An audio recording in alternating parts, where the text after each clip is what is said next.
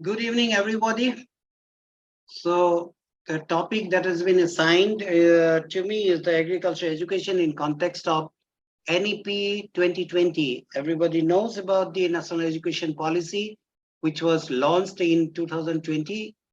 And it's a very ambitious policy of the government because our education, this last policy was in 90s when it was first modified. Thereafter nothing was done for upliftment of the education or recasting the entire education system.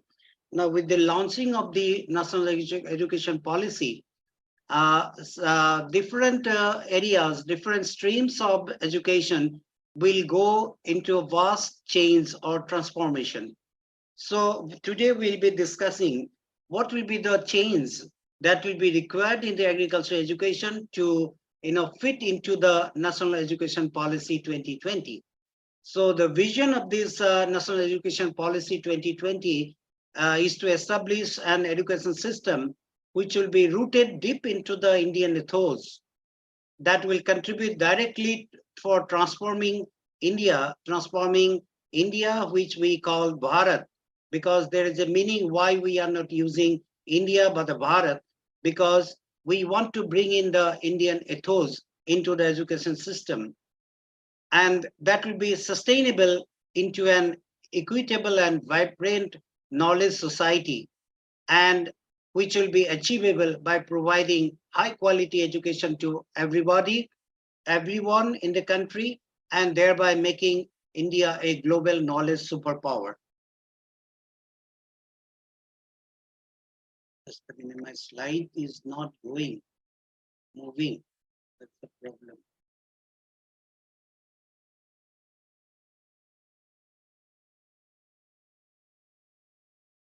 You can move back, or you can stop and try once again. Yeah. One by one, I have to go, I think. Yeah. It's not sharing properly.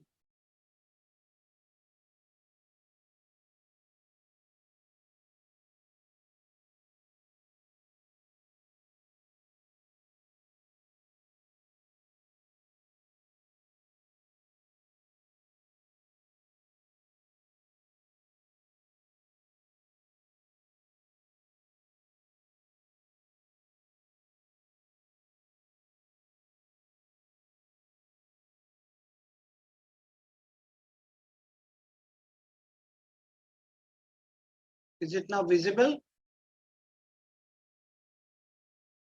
No, not yet.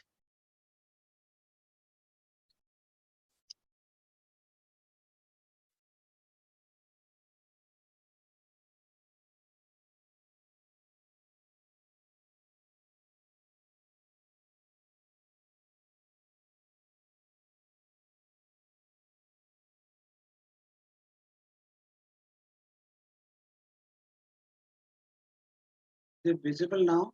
Yeah, now it is visible. So one by one, I think that will Yes. become very cumbersome. Yes, yes.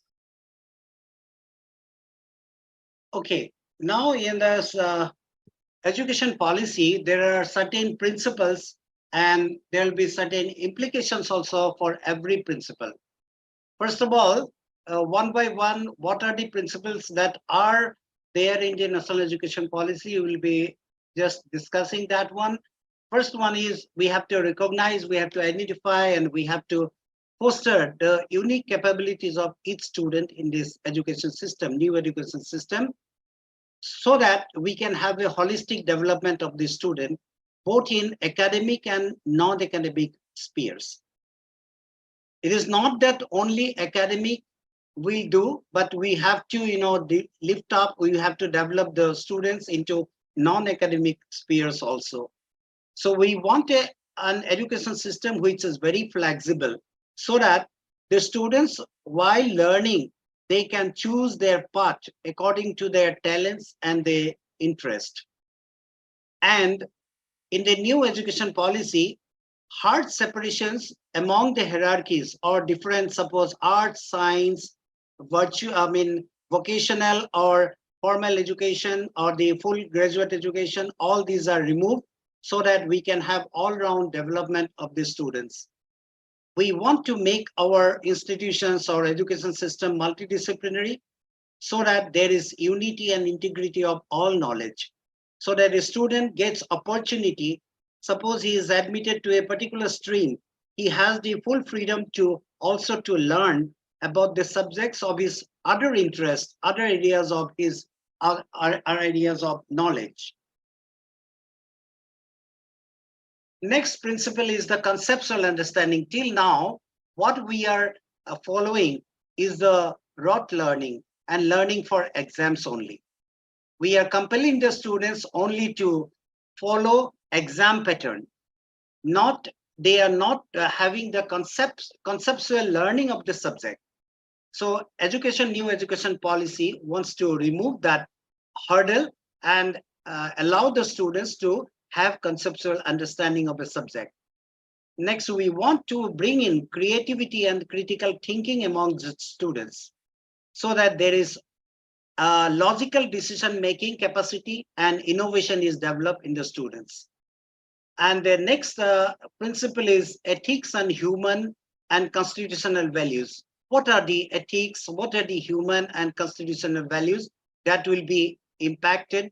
Are the empathy, respect for others, courtesy, like democratic spirit, because our country is a democratic country. We have to be, every citizen must have the democratic spirit for service, that seva manobhav, scientific temper, liberty, responsibility, pluralism. The country is as a pluralistic country. We have a lot of diversity. So we have to live with the diversity, and every student must be able to learn how to, cope up with the diversity and adjust to it. Equality, justice, cleanliness, and respect for public property. These are the values that the students will be encouraged to learn in the new education policy. Then promoting multilingualism. The country is a multilingual country. We have so many diverse languages, diverse culture. So that the student, when we'll have the multilingual society, we'll have better understanding, better communication, and better easy teaching learning experience of the student. Next principle that has been brought in the National Education Policy 2020 is the imparting life skill. Already we have enough of experience now that without life skills, the students cannot be a good citizen, cannot be developing their own careers. So improve communication, cooperation, teamwork, resilience, everything needs the life skills. And we want to give away the summative assessment that we are following till now. We want to replace it with the formative assessment. How the student is forming, how the student is developing, that assessment is required, and this will help in avoiding the coaching culture. Till now in the country, the coaching culture is dominant, and this coaching culture is spoiling our education system, proper learning system. Then the educational planning and management, because a lot of development has occurred in the technology sector, in the scientific technology. So we have a lot of experience we have gained during the COVID period also, how we can use our latest technology for teaching and learning process. Now, the government emphasizes through this policy for better use of this technology in teaching and learning, removing all language barriers, and increasing access for our Divyang students, physically handicapped students. These technologies will help everyone to take part in the education system.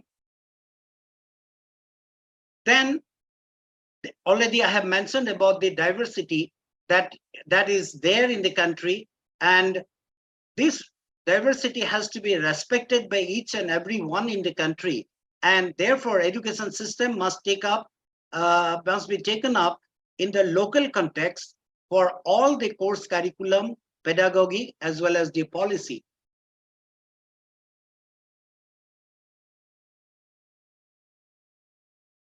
Then this education policy wants to ensure all students, they are able to thrive in the education system so that it gives to full equity.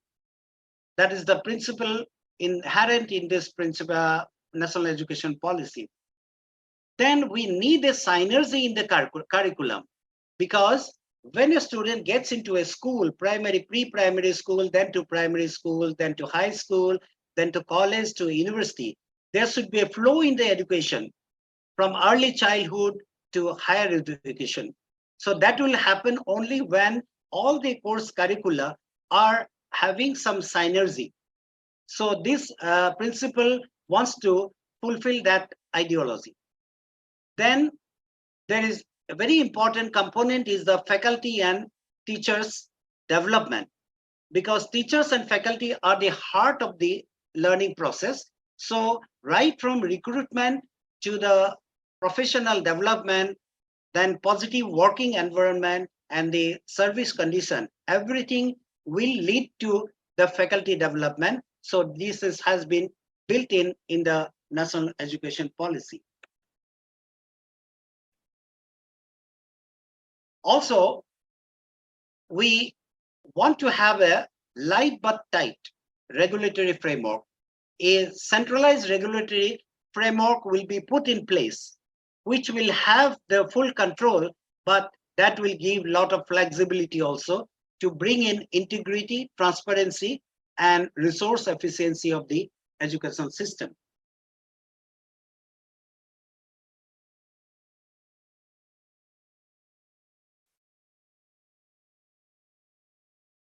Slides are visible now, ma'am? Hello? Yeah, they are visible.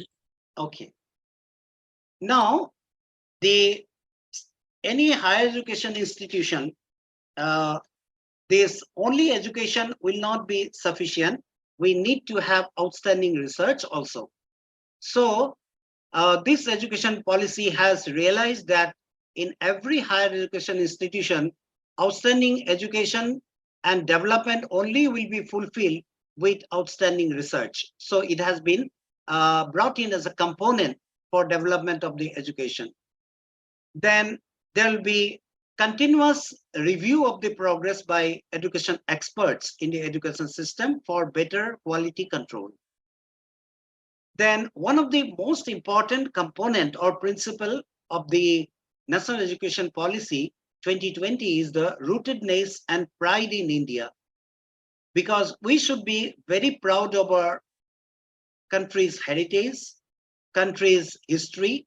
So to know about the rich heritage of the country, this particular principle, rootedness and pride in India, has been incorporated in the national education policy. And also it has been realized that education is a public service. Therefore, this has been brought as a basic right of every child that quality education must be ensured.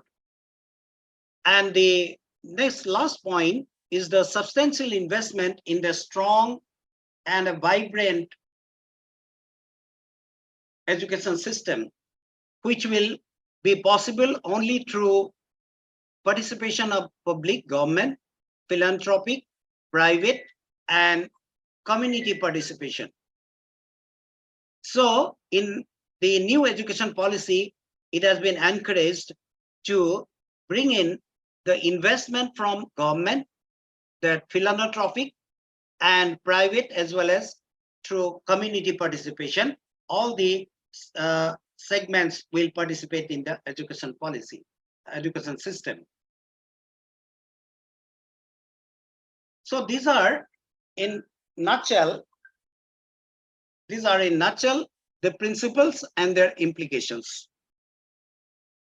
Next, we come to how education policy is going to transform our agriculture education, because agriculture is one of the most important components in the education system. And agriculture is not only, when we say agriculture, it is not in a very broad perspective. If we see, then agriculture comprises not only agriculture, but veterinary is there, fishery is there, community science is there, then sericulture, horticulture, all the allied disciplines are included in broad perspective of agriculture. So NEP 2020 will also impact in a very significant way and transform the entire agriculture education. And the basic issues that will help in transforming the agriculture education are strengthening the linkage between agriculture and allied discipline. It will bring in the multidisciplinary concept. Then it is one of the important point issue in the education policy that standalone universities will never exist or no more exist in the country. But our agriculture universities now have been bifurcated: agriculture university, veterinary university, fishery university, forestry university, so on and so forth. So it has been given in the education policy that by 2030, all these standalone agriculture universities need to become multidisciplinary university or institutions. But focus will remain on agriculture. But at the same time, these universities or institutions will have to provide multidisciplinary education. Then the one of the basic objective of agriculture education is to develop, develop professionals which are expert in agriculture and allied sciences. So agriculture education will have to be strengthened so that we get, market ready or need-based professionals which will be ready to serve the country or fulfill the need of the country. Then all the universities or colleges which are offering agriculture as a subject for education must benefit the local communities, because it is already enshrined in the national education policy as a principle that all institutions must serve the local communities. And for your appraisal, I'm very happy to say that our agriculture universities and agriculture colleges already are well connected with the local communities. So already we have fulfilled this requirement, but it has to be further strengthened.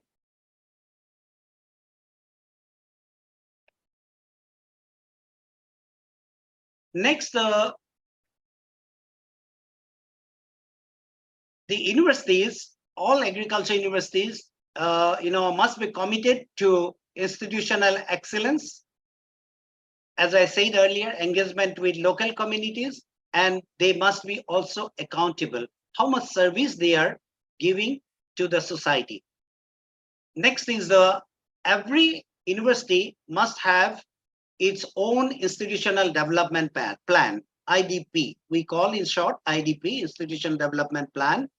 And this plan must be, in that way that specific plans for action on increasing participation from socioeconomically disadvantaged groups, must be able to derive benefit from these institutions by way of education or by way of development. So this IDP will take care of that. And this IDP is not only help the, in development of the university, but as you know that now the institutions will be ranked by the Ministry of Human Resource Development through NIRF, National Institution Ranking Framework.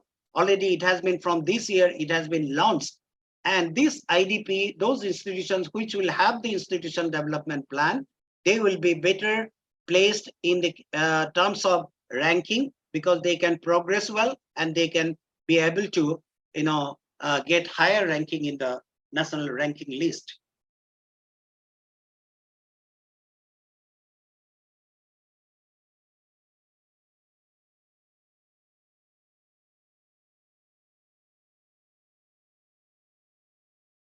Of course, this commitment to excellence, engagement with local communities and accountability will be only achievable through adequate funding, legislative enablement, and autonomy in a phased manner. The government is going to bring in a phased manner such rectifications in the policy or the government plans program through adequate funding to these institutions. There will be some legislations will be required, and the autonomy will be also given to this institution so that they can prosper, or these institutions can progress.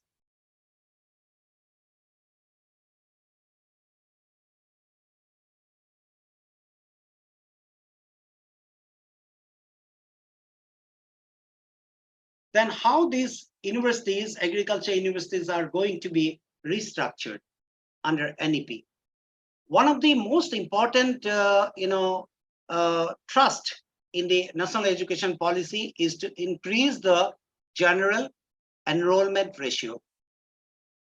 General enrollment ratio is very low in the country as compared to the developed countries. And in context of agriculture universities or education system, that our universities, agriculture universities, are out of the total universities in the country, they comprise 9% of the total universities, but enrollment is only less than 1% of all enrollment in the higher education institutions. So this is a very big concern for us, how we can increase the enrollment ratio in these universities. So already we have been given instruction by the government to increase the intake capacity or the seat capacity every year by 10%. And every agriculture university must have 3,000 total student enrollment in a particular year. 3,000 capacity, intake capacity must be there. So to achieve that, an institution definitely has to enroll more students through by becoming more multidisciplinary in nature. More subjects have to be open, and there may be there is a thinking now that these bifurcated universities may have to either merge into single university, or they have to open new colleges, new stream of education, so that at the same time they become multidisciplinary and also the enrollment ratio is increased. And this is a big challenge, actually, not only the challenge of increasing number of the intake or the students, but also at the same time, since these are agriculture universities, so we have to admit more students with the farming background. So we have to take challenge of this, both of the things under new education policy. One of the main point or attractive point in this education policy is the provision for multiple exit and multiple entry points in higher education. What does it mean? So now when a student is enrolled, so he gets admitted in the first year, and after 4 years in agriculture or allied streams, he gets a degree. But now the thinking is that after first year, if a student wants to drop out, earlier he did not get anything, no degree, no certificate, no diploma he used to get. Now the provision will be made now from now onwards that after first year a student goes out, he doesn't want to continue the entire degree program, he will get a certificate. After 2 years, a student wants to exit, he will get a diploma. After 3 years, if he wants to exit, he will get a simple degree in agriculture or allied field. After 4 years, if a student exits, he will get the BSc honors degree in agriculture or BSc research degree in agriculture or allied fields. So this will help, and that is the exit thing. The entry thing is that suppose a student goes out after first year, after 2 years, he wants to come back and rejoin the degree program, he can again come back. So this is the multiple exit and entry concept in the higher education. So for such a thing, this point, again, modalities are being framed. Suppose a student goes out after 1 year, he exits, he gets a certificate. With what skill he will go out? So therefore, the provision is being made to have some skill development courses in the very first year, as well as in the second year. Suppose a student goes out after 2 years, he gets a diploma, he will go out with certain skills he will earn, some knowledge he will gain in the subject, as well as he will gain some skills so that he becomes employable, or he can start his own enterprise also. So minimum standards of quality of agriculture education need to be defined. That is also a very important point which will be required to be looked after, in the national education policy, for the new education policy for agriculture.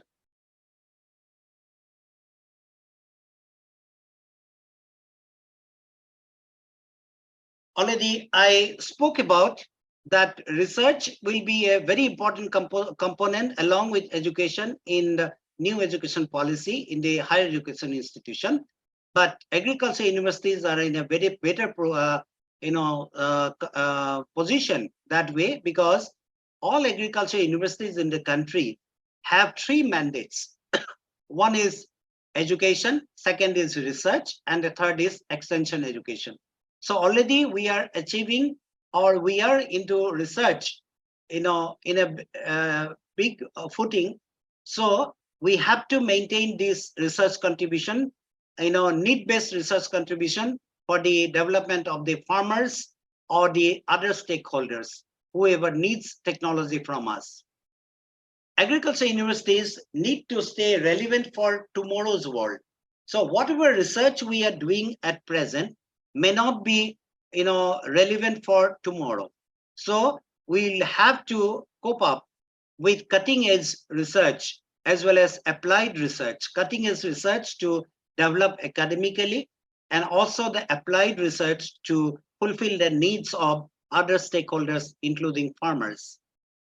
For better employability and placement, we have to impart right skills and knowledge through certificate and diploma courses.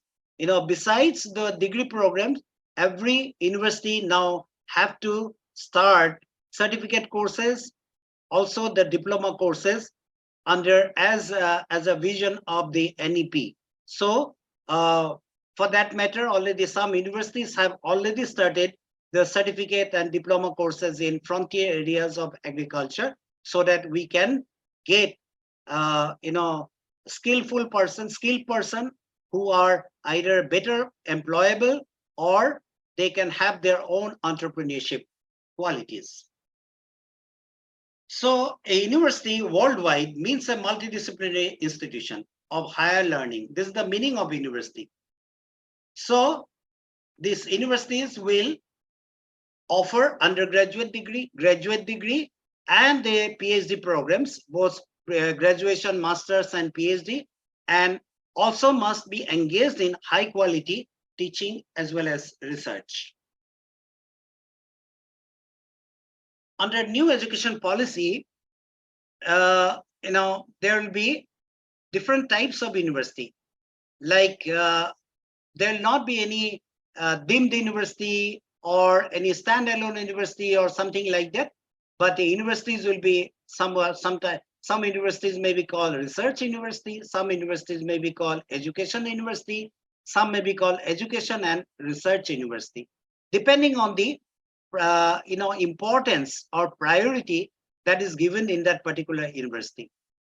So agriculture universities shall need to expand to become teaching and research multidisciplinary institutions. This is, I am repeatedly emphasizing on this, that the universities will have to become multidisciplinary, all the agriculture universities, taking care of teaching as well as research. And there is a concept called multidisciplinary education and research universities. Like, different degrees will be offered, varying degree of multidisciplinary, and also they will grow and achieve higher level of education and research, and increasing the number of students beyond 3,000 threshold. Only when a university becomes, agriculture university becomes multidisciplinary, then only we will be able to cross this 3,000 bar, and we'll have more gross enrollment ratio, GER, that is gross enrollment ratio. As per the NEP, affiliation system has to be phased out by 2035. Many of these agriculture universities, like other general universities, they're affiliating different colleges.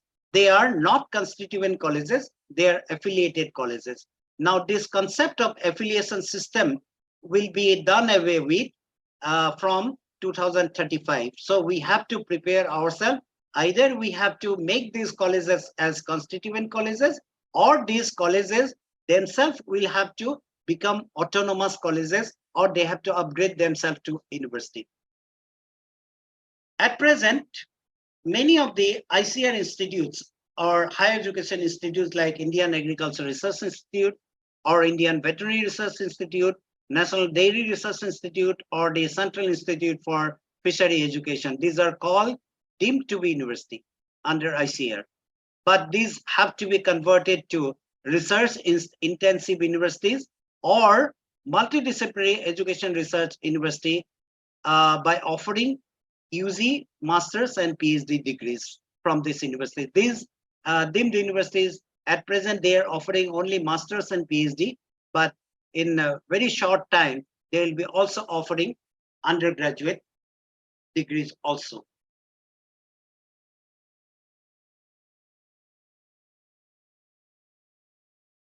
Already I said that many small colleges are existing in the country, in agriculture too, in the government sector, as well as in the private sector. Many small colleges are there. They have to be expanded to include other related academic programs so that they become bigger. Certificate and diploma courses will be integrated into existing academic program in the line with the guidelines of, already I have talked about this. I need not mention again that the present degree program, UG program, fulfills already the recommendations of the NEP.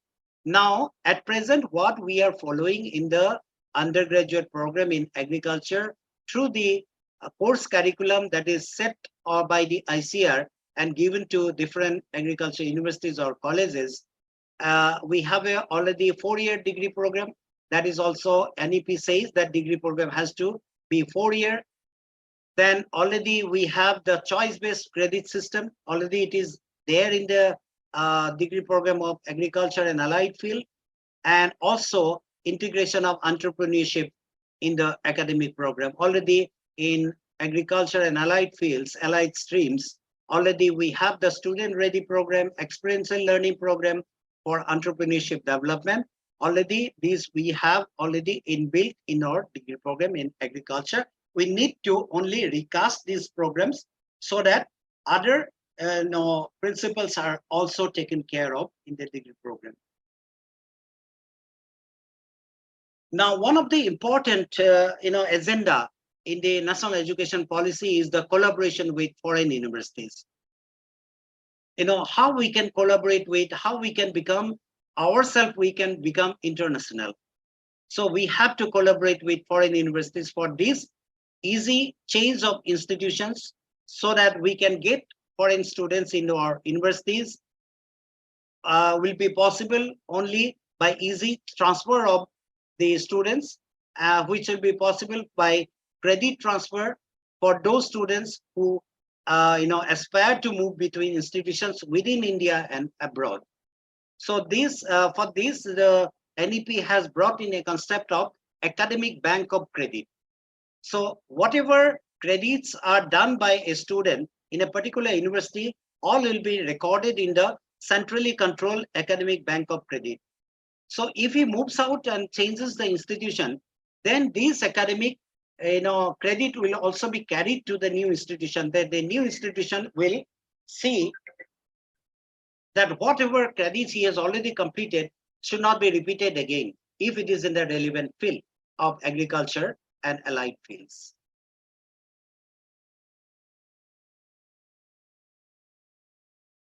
Already I mentioned about the internationalization of the education, how we can attract foreign students. For this, the modalities have to be developed by Indian Council of Agriculture Research as the professional setting bodies.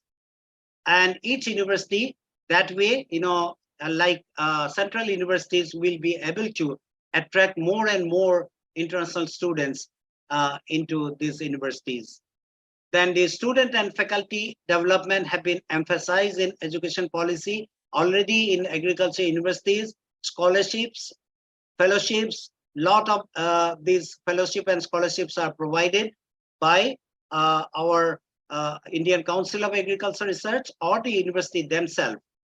Also, we have to think about increasing these numbers, and along with that, teaching assistantship, like in the concept of American universities, also we can introduce the teaching assistantship or research assistantship, and also the training of the both students and faculties. Then one of the biggest advantages that we can derive from education policy in agriculture is the formation of National Research Foundation Fund. Already, Central Cabinet has recently, 2-3 days back, Cabinet has approved the NRF, and when it becomes functional, agriculture universities also will be able to take fund from this NRF for quality research. Also, ICAR will be an implementing arm of the National Higher Education Regulatory Council that will be formed under National Education Policy, and ICAR will be the implementing arm of this ERC for agriculture education. Now, ICAR has the accreditation board, National Agriculture Education Accreditation Board, and which will get the mandate from the central accreditation or centralized accreditation board, so that this board can accredit different universities and colleges for offering agriculture education.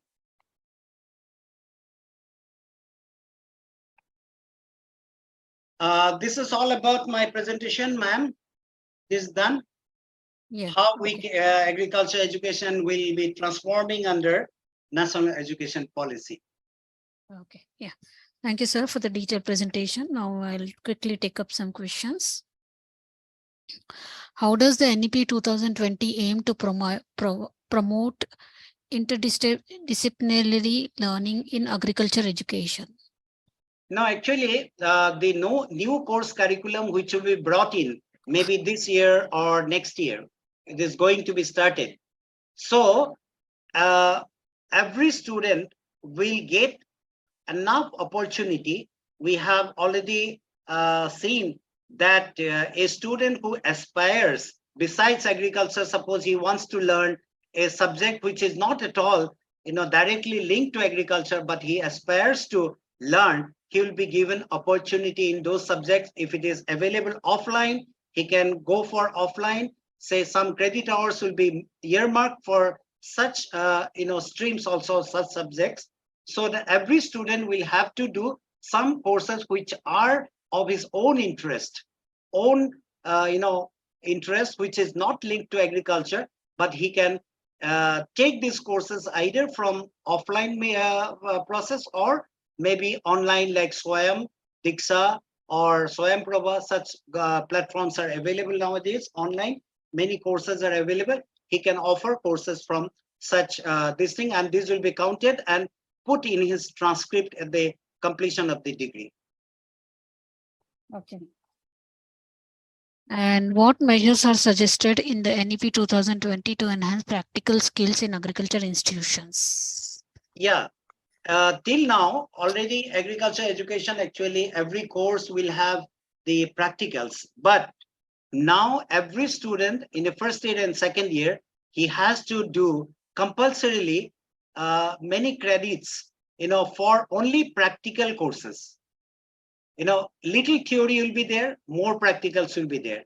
So first 2 years, as I said, for giving a certificate, giving a diploma for the dropouts, these skill development courses will be incorporated in the first year and second year. Lot of practicals he will have to do. So definitely the skill development and the training, hands-on training will be available to the students through the new course curriculum. Okay. How does NEP 2020 encourage entrepreneurship and innovation in the agriculture sector? Entrepreneurship, as I said, that already it is there in the agriculture and the allied field, like in the fourth year only, final year, that they experience a learning program for 1 semester and the rural work experience program as internship for 1 semester. Through these, students are gaining entrepreneurship, but we are thinking that this is very late stage in the final year. Now we want to bring in, skill development courses in the experiential learning program in the first year and second year, but this will be also there in the final year for village exposure, so that they can learn the problems of the farmers, and also those students who are not interested in much in the entrepreneurship, if they want to develop their career in research and academic field, they also will have the opportunity. They can have the research degree, BSc research degree, not the BSc honors degree, through their final semester fully dedicated to research only. Okay. And what role does technology play in the implementation of agricultural education under the NEP 2020? Technology, as I said earlier, already that we have learned relation from COVID, how to continue the education system. And we have used a lot of latest technologies like audio, AR, VR, audio video system we are using for actual learning, actual feeling of the things, and the virtual world. We are already, Agri Diksha portal is available where we are uploading e-videos, practical videos, so that they can learn everything, not through only classes in the classroom classes. They can learn also through the online medium. That way, all the latest technologies are being implemented in the agriculture universities through the National Higher Education Project like 1A and National Higher Education Project 1B. So ICR is giving a lot of emphasis for use of technology in agriculture education. Okay. And how does NEP 2020 address the importance of research and collaboration in agricultural education? Actually, research is already, as I said earlier, the research is already a component of the agriculture universities. It is one of the mandate of the agriculture university, education, research, and extension. Research is already there in all agriculture universities, and students get enough opportunity to be involved in research also along with education. They are exposed to research. And new education policy with the new course curriculum, those students who will be aspiring to become research scientists or academician, they can have the degree like BSc research in agriculture by doing research in the final semester. Okay. And what changes does the NEP 2020 propose for curriculum of agricultural courses? So all these philosophies already, 6 Dins committee is in place, constituted by Indian Council of Agriculture Research. And I am very happy to tell you that I am a member of that central committee of looking after the entire agriculture. And that way, other disciplines deans are also involved in this 6 Dins committee. It's a 12-member committee constituted by ICR, and which is looking after the new course curriculum, what it should be the new course curriculum, where all basic courses, applied courses, and all skill development courses, all exposure to the frontier areas of science, everything will have been proposed to be incorporated in the new course curriculum, which will be shortly announced by Indian Council of Agricultural Research. Okay, and what provisions are made to address the digital divide in rural areas affecting agriculture education? Actually, agriculture education means this education will be imparted by the agriculture universities only, or agriculture colleges. So all these universities and agriculture are already well equipped, all with the all digital devices, facilities. So already government is trying to bring in all internet connectivity to remotest part of the country. So I don't think that in this digital divide will play a difficulty for us in imparting education, because we have seen that our university, Assam Agricultural University, has also launched the certificate courses where all the rural youth, they are participating from their own villages, from their own homes through internet only. They are taking these courses. Okay. And how does NEP 2020 envision the integration of practical farming experiences with classroom learning? Actually, this will be possible. Already we are following it in the, as I said, in the student ready program. So as the students are placed in the villages for 6 months, 1 semester, they learn the real difficulties of the farmers, real problems, issues with the farmers, and they will know how much it is variable from the whatever they have learned in the classroom. So this will remain as such in this new education policy also, and new course curriculum also. Village exposure will be definitely an integral part. Okay. And what steps does NEP 2020 propose to improve the employability of agricultural graduates? So employability, I am repeatedly telling that employability, will be possible only when a graduate is skilled enough. So for that matter, new course curriculum will take care that more and more skill development courses should be there, and entrepreneurship development will be there, so that they become more employable either in the others organization or they become self-employable.